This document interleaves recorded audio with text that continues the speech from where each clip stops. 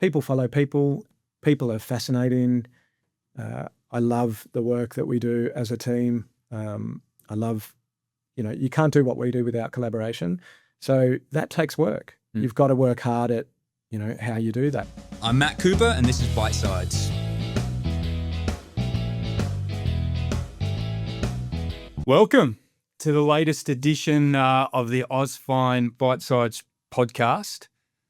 Great edition coming up. We've got a very dear friend of Ausfine in the pod studio today, and a dear friend of mine. We go back a long, long way from when we were wee tuckers trying to play basketball. Today we've got the managing director of Urban Angles in this studio, Mr. Jules Tahan. Jules, welcome. Thank you, Matt. Your enthusiasm, mate, is well founded. Because it's going to be great to hear your story today, and it is a really interesting story, both in the world of photography and marketing, but also in business, which I'm really really looking forward to. Before we get there, though, do you want to just do a quick, brief intro to Urban Angles, what you guys do, and where you've come from? Yeah, so I'll start with where I came from because I guess that's the root of it all. Other than on the basketball court. Which you dominated, mate. I must admit, you dominated. Oh, we made a pretty good pair. It was me out on the 3-point line and, probably feeding you and you ripping down the boards. And, yeah, they were fun days. But, yeah, fast forwarding, I originally got into photography as my chosen profession. It was just another interest of mine. I did the RMIT study thing. God, it seems like dark ages ago, but yeah, it started there, and I actually went into portrait and commercial photography, portrait and people sort of work, and I did that because I purposely chose that because it was a challenge for me. Like, I think we're also we walk around somewhat fearsome of other people, and for me it was like, if I put myself out there and challenge myself to do something like this in an area that I'm not completely comfortable yet, that's going to accelerate my growth. Was it the creative aspect of photography that was outside your comfort zone, or the personal interaction part of it that was the challenging thing? When you're not a master of your craft yet, it's kind of like jump in the deep end. Yeah, sure.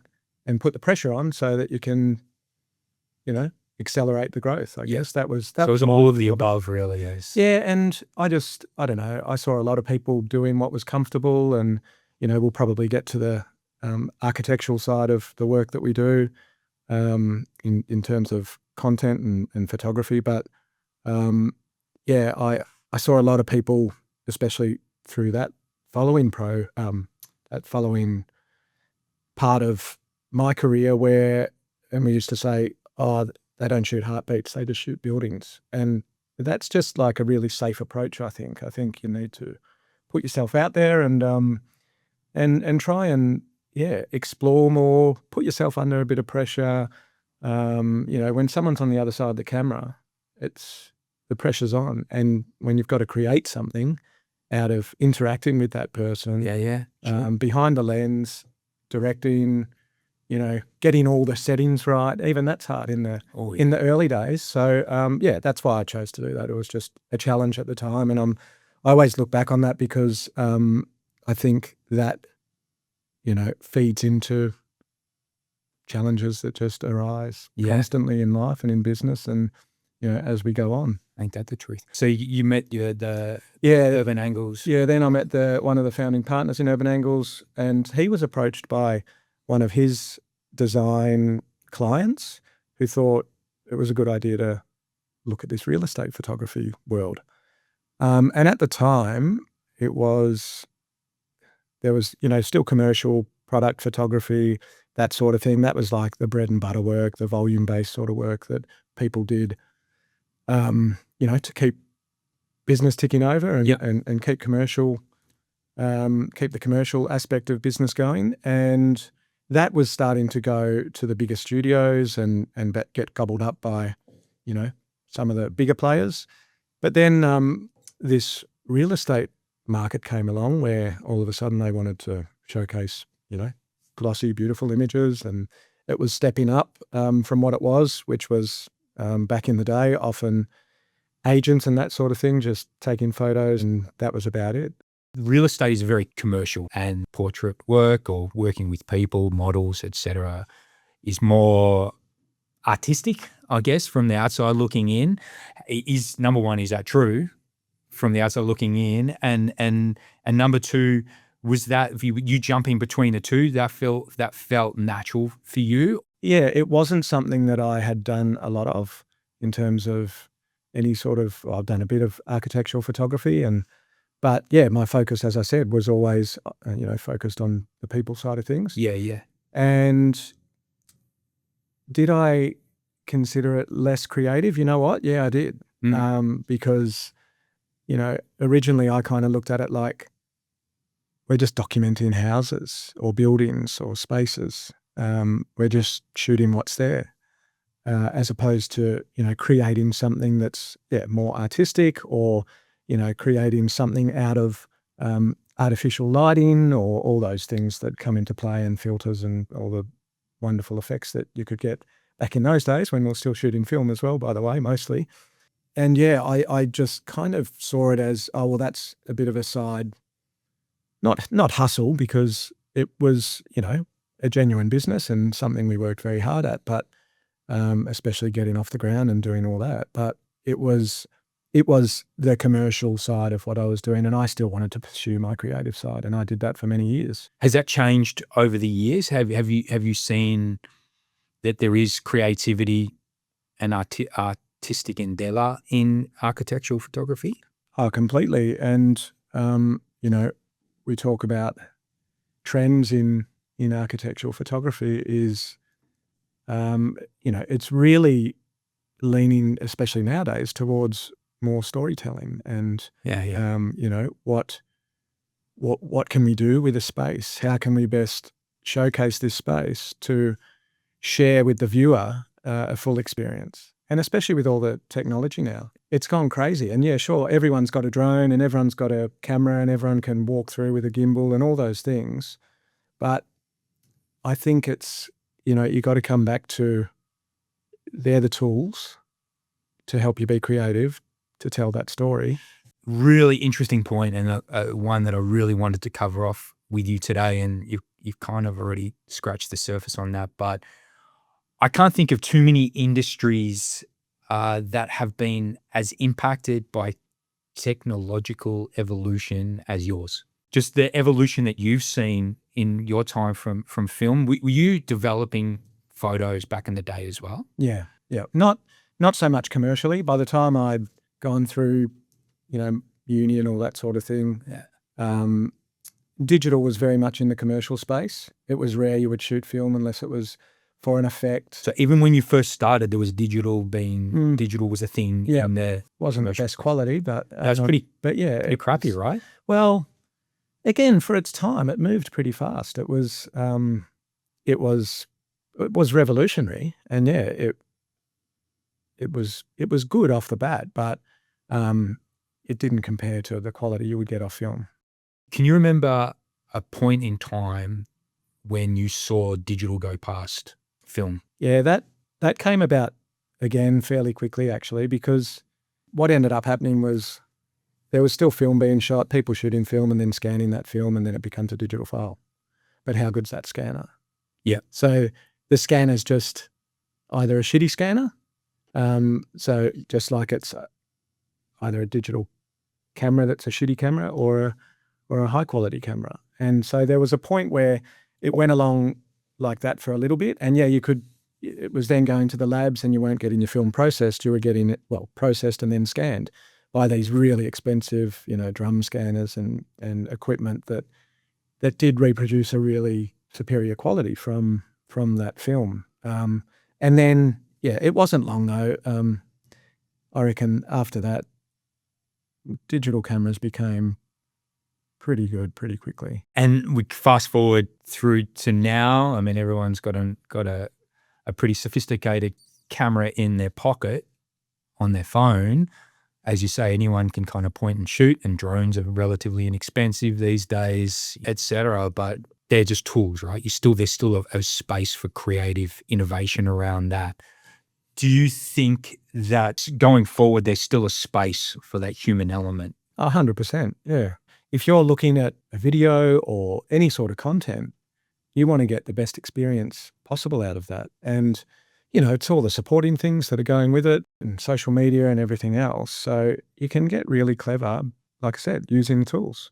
AI going forward, I mean, we're all probably sick of hearing about it, but how do you see AI going forward as a threat, as just another tool? It's funny, I think you started by saying we're sick of hearing about it. And you know what? You can't be sick of hearing about it. It's here. Yep. And it's here in a big way. So how are we going to innovate, create, develop, better storytelling, better representation, better image making, using AI as one of the tools? And we've already implemented it in quite a big way in our business. It's, created some big efficiencies, but not only that, it helps our team and our humans spend more time on more meaningful tasks. Yep. Or quality control, or, so I think any business, it's how you're going to implement AI into your business. Yeah. Because there's just so many different ways, as we know. It's interesting that you said you've already implemented it, because in our world, I think people are still looking for those material step ups in efficiency. Whereas it sounds like you already found it. Can you give some examples of where AI has been useful for you guys and allowed the people to do more people things?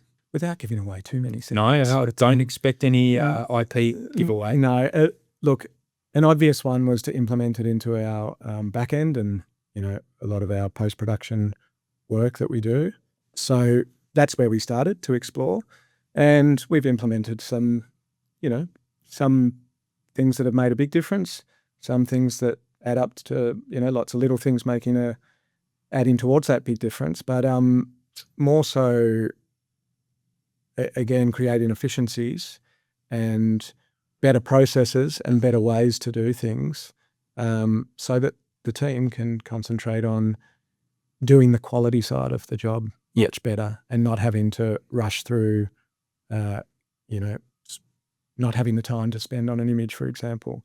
But then there's all the supporting elements that come into it, AI in terms of running process and communication. And, we have a proprietary software that we use that creates a really wonderful experience for our clients and helps, again, the team work a lot more efficiently and work on more meaningful tasks. And all that combined, again, just enhances what we do as a business. Yeah. I've always thought, from my experience, always had support around me. There are trials and tribulations, as we all know, in running and growing a business, but I always felt like I had some support around me. I think from your experience, particularly over the last 5 or 6 years, it's been times for you that it's been tough in the sense that you've kind of embarked on a solo journey of being a sole owner of Urban Angles, and that finding your own way without that support is been challenging, right? Yeah, small business is hugely challenging in any aspect, but often it was a lot more challenging before that, when there was more people involved. Yeah. When you've got people involved in the business, whether it's other stakeholders, whether it's staff, whether it's anyone that you're dealing with in your business, if there's not a unified approach and there's not an understanding and that connection, then it's a lot more of a struggle, and you're never going to grow anyway. Yeah. So, and we went along for many years, like talk about the early days of Urban Angles, but then what we did as a group, we kind of tried to be everything to everyone. And, such a common thing in small business. Say yes to everything. Yeah, pretty much. Mm. And that was a disaster, Mm. you know. And at one point we had 5 different brands. And I just remember thinking, I don't know how to articulate this internally, let alone sell it externally. And that was just, you know, setting up different brands to try and have a facade that we're offering, you know, all these different things and not be pigeonholed into one thing. And then the big shift was around 2018. I decided we're going back to one brand. We're going to consolidate everything. We're going to refocus on what we do as a core business. And that's where it really became just purely specialised in the property space. Yeah.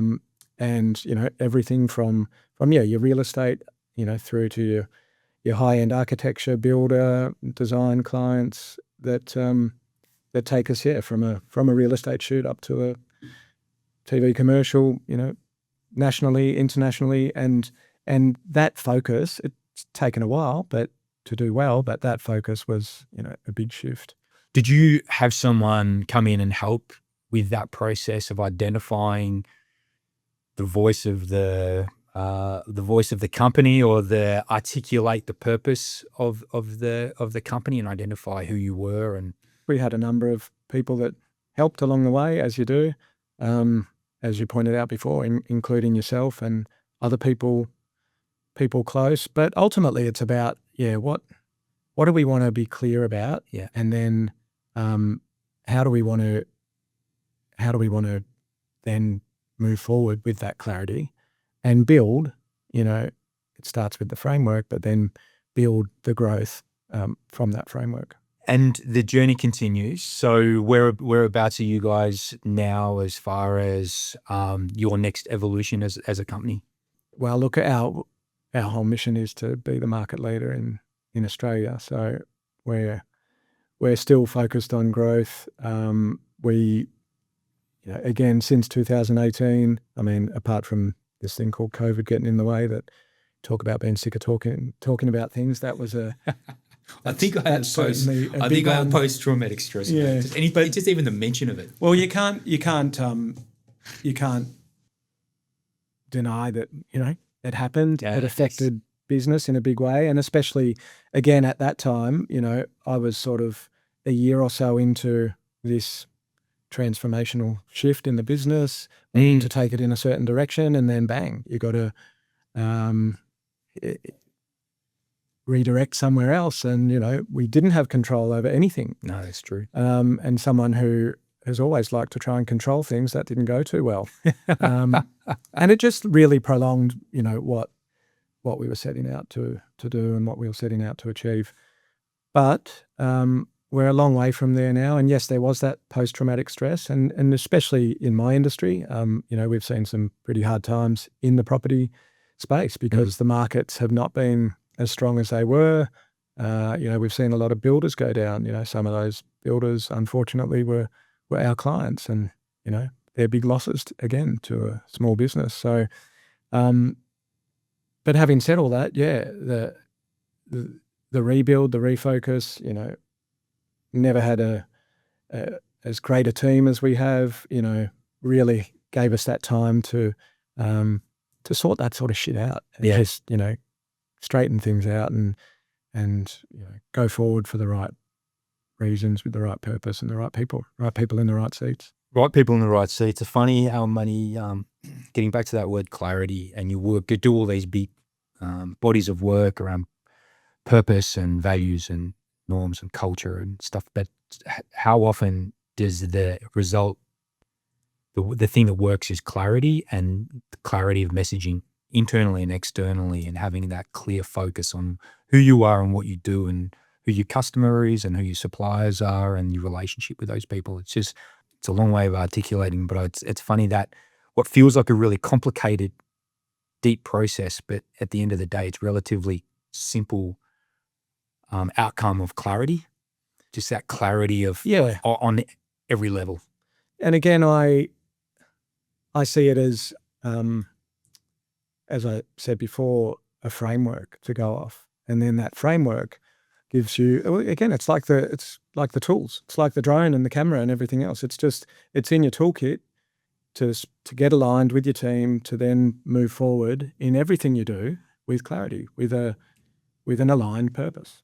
From your role now, how much of it has a creative element or bent on, and how much of it is just working on the business? I wrangle people. Yeah, it's very, very different. But I love the new challenges of, people follow people. People are fascinating. I love the work that we do as a team. I love, you can't do what we do without collaboration. So that takes work. You've got to work hard at, how you do that. It's not just, having your framework and then going, oh, cool, that's sorted now. Now everyone will just follow it. Yeah. No, we don't follow it. we follow each other. Yes, and true. But it allows us to come back and we can catch ourselves. Helps us stay accountable to what we're about and what we're trying to achieve. And also, more so, a big one for us. And talk about values and all that, but our behaviours that go with our values are key, because it creates that commitment to how we communicate with each other, with our clients, and kind of those non-negotiables.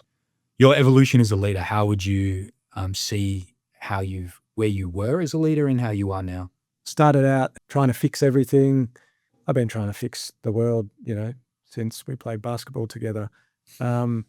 I had to learn, a lot of lessons in terms of, how that'll get you nowhere quickly. And so do I catch myself all the time? My style as a leader, I push people, but I've committed to, creating a high-performing team, and the people that come on board and work at Urban Angles are committed to the same. But again, it's done with teamwork, it's done with clarity, and it's done with collaboration. And if you're on board, you're on board. So, high expectations can be quite pushy.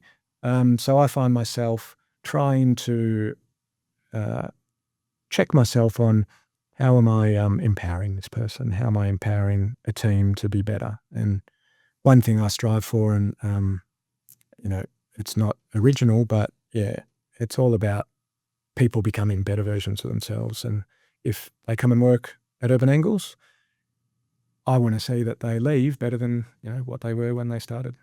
Yeah. Do you find yourself better as a one-on-one leader or as a group leader? I don't think there's one way or the other. It depends on what the stage is and what the message is and what I'm trying to communicate. I mean, communication is challenging, again. Like, it's key to every business. It's key to all relationships. But it can be a challenge because you've got to adapt your styles for certain audiences or certain people or certain messages. So I don't find it exact one way or the other. I just try and do the best I can in any situation. Just getting back to leadership and interaction with people. And, you hear a lot these days about young people coming through the workforce, and they've got a different set of skills and ambition, et cetera. Have you found any difference in the way you need to lead young people coming through your organisation now compared to people who are closer to us in age? That's a tough one. Yes, well, that's one I'm not even close to, solving in that. And again, I'm more inclined, probably to think about how I approach that. I'm more inclined to work with the people I trust, work with other leaders in my business, again, who are a great support to the business. I find it hard to talk to my teenage kids, let alone young people in business and everything else. So, again, I always just look at a situation and say, how can I best approach this? You're talking about growing the business to be the number one in your area. How is that journey going? And will it be a natural evolution and growth, or would it be through acquisition? Nothing's out of the question, and there's always conversations going on. But right now, our focus is on geographical expansion, but also how we're innovating with other technologies and things that support our business to then, grow a bigger client base that way. So we're working pretty hard at it, and yeah, we've got set some pretty big targets, and watch this space, see how we go. And in your world of architectural photography, and you touched on it earlier about the different technologies and demands, I guess, that are coming through from clients and customers. Is it an exciting place to be? Is it a challenging place to be? Does the evolution come from you guys or demand from others in the industry? There is definitely market demand, and it's like anything, right? Quicker, cheaper, better, and you can't always do it all, but we're just trying to do what we can do to the best of our ability and the best in the market. And yeah, we do a good job of that across the board. Is it more common for you to go to a client with some ideas on new ways of doing things, or is it? Oh yeah, it's super exciting at the moment in that space because of all the new technologies and what's available. And we're developing products and new ways of doing things more than ever before. And again, that's part of what started in 2018. And yes, there's great opportunity there to do that now in business.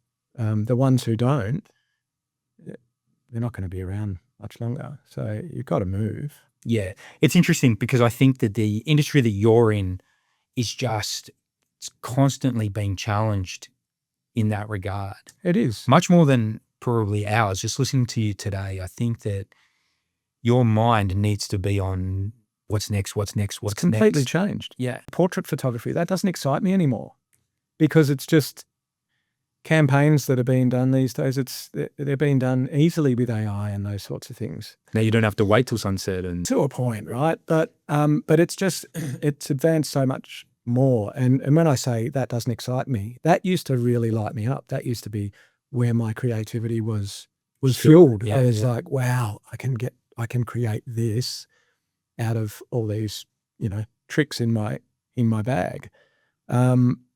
It's a bit too easily done now. But again, as I said, business, it's about what tools have we got that can advance how we do things, how we innovate, how we develop new products, how we bring things to the market in a much more meaningful way. Very good, mate. It's been a fantastic chat as always. I always find my conversations with you, it's great mix of inspiration, but you challenge people's views and the way that people think. So you always come away enriched in talking to you, Jules. But just one question before we sign off today. Do you have one piece of work or one item that is really memorable to you, one that you walked away and just said, yeah, smack that out of the park, or one experience from your journey? There's lots. Again, like the work I do has always inspired me or always helped me find inspiration. More generally speaking, I remember when my wife and I had babies and I experienced seeing how an operating theatre works and all the surgeons and medical staff. And it was just like inspiring the way all that happened. Yeah, they are amazing. Yeah. And I just went, I want to do like what these guys do. So we kind of went through a process of trying to emulate that on set or, when we were doing shoots and even that as a process and as a way of working it was really cool and really inspiring and really memorable in terms of what's happened throughout my career. And I did a trek through Nepal about 10 years ago, getting to base camp and then the next morning climbing up Mount Kalapatar, and you get the best view of Everest from Kalapatar.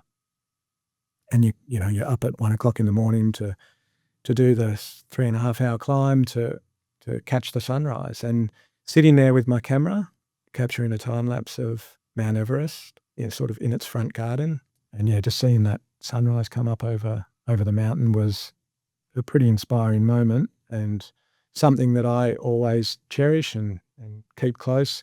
And it also was a big lesson in resilience because I was suffering altitude sickness at the time and all these other things that go with it. And it basically taught me just, take the opportunity when it's there. Fantastic story to end on, Jules. As always, mate, inspiring and challenging conversation. So really appreciate the chat, mate. Thanks a lot for coming in. Absolute pleasure to be here. Thanks, Julesy.